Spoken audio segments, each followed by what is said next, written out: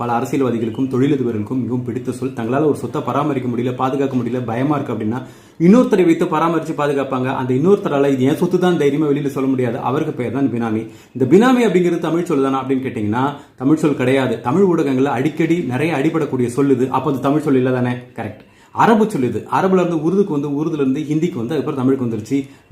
நாமி அப்படிங்கிறது பாத்தீங்கன்னா அடையாளம், பெயர் அப்படின்னு அர்த்தம். அதுக்கு முன்னாடி பே அப்படின்னு சேர்த்தாங்கன்னா அடையாளம் அற்றது, பெயரற்றது அப்படின்னு அர்த்தம். சோ பே நாமி அப்படின்னா பெயரற்றது, அடையாளமற்றது அப்படின்னு அர்த்தம். அந்த காலத்துல அடையாளமற்ற பெயரற்ற ஒரு சொத்தை வந்து பே நாமி சொத்து அப்படின்னு சொல்ல அழைச்சாங்க. அதை பராமரிப்பவருக்கு பே நாமின்னு பெயர் வச்சாங்க. அது அப்படியே வழி வழியா வந்து அடையாளமற்ற பெயரற்ற ஒரு நபர் ஒரு சொத்தை பாதுகாக்கிறார், பராமரிக்கிறார் அப்படின்னா அவருக்கு பேர் பே நாமின்னு வச்சாங்க. அது பினாமின் மாறி போச்சு.